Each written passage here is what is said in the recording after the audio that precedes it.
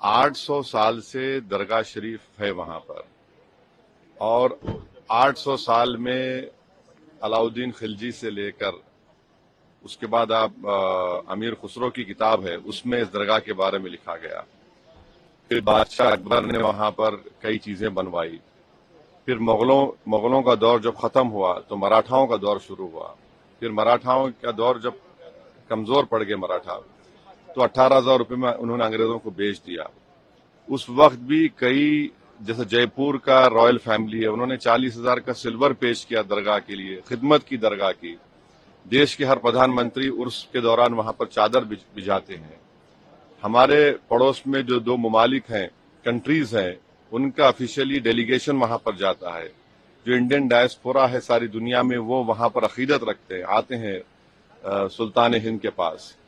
आज अचानक आप ये हरकत कर रहे हैं, तो सलीम चिश्ती की दरगाह नहीं है रहमतुल्लाह अलैह की, और ख्वाजा गरीब नवाज की दरगाह नहीं है। कहाँ रुकेगा बताइए? ये प्लेसेस ऑफ वर्शिप एक्ट 91 का क्या होगा? क्या अब डीवाईसी चंद्रचूड़ तो अब तो नहीं है, सीजीआई, क्या उनको अब ख्याल आ रहा है कि अगर वो इसको रोक देते?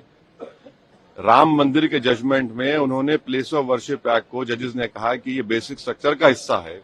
बाद में सीजीआई ने खामोश हो गए जब चंद्रचूड़ थे। अब चंद्रचूड़ अपनी लेगेसी को प्रोटेक्ट करने के लिए हर जगह मीडिया चैनल बैठकर इंटरव्यू दे रहे हैं। उन्होंने देखा क्या कर दिया उन्होंने। ये आपने देखा संभल में क्या हुआ, 5 लोगों की, मासूम लोगों की मौत हो गई।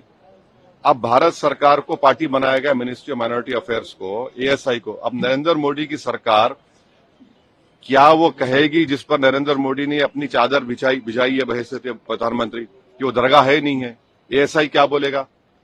ये पूरा देश को डिस्टेबलाइज करने के लिए, और ये देश के हित में नहीं, हम बार बार आपको कह रहे हैं।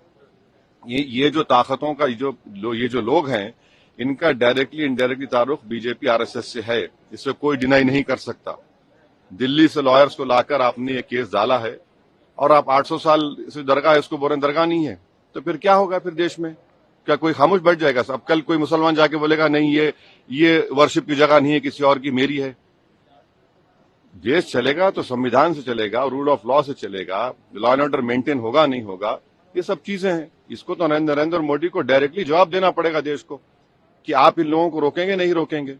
कैसा फोटो लगाएंगे आप? राइट टू प्राइवेसी का जजमेंट है, right to privacy fundamental right है, किसकी फोटो लगा देंगे आप?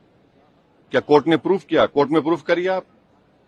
और सबसे पहले जब तक वो पुलिस ऑफिसर सीओ रहेगा, एसडीएम होगा, इंसाफ तो होगा नहीं। उन्हीं की मौजूदगी में सब तमाशे हुए, फायरिंग हुई, 5 लोगों की मौत हो गई, वहां पर मर्डर किया गया उन लोगों को।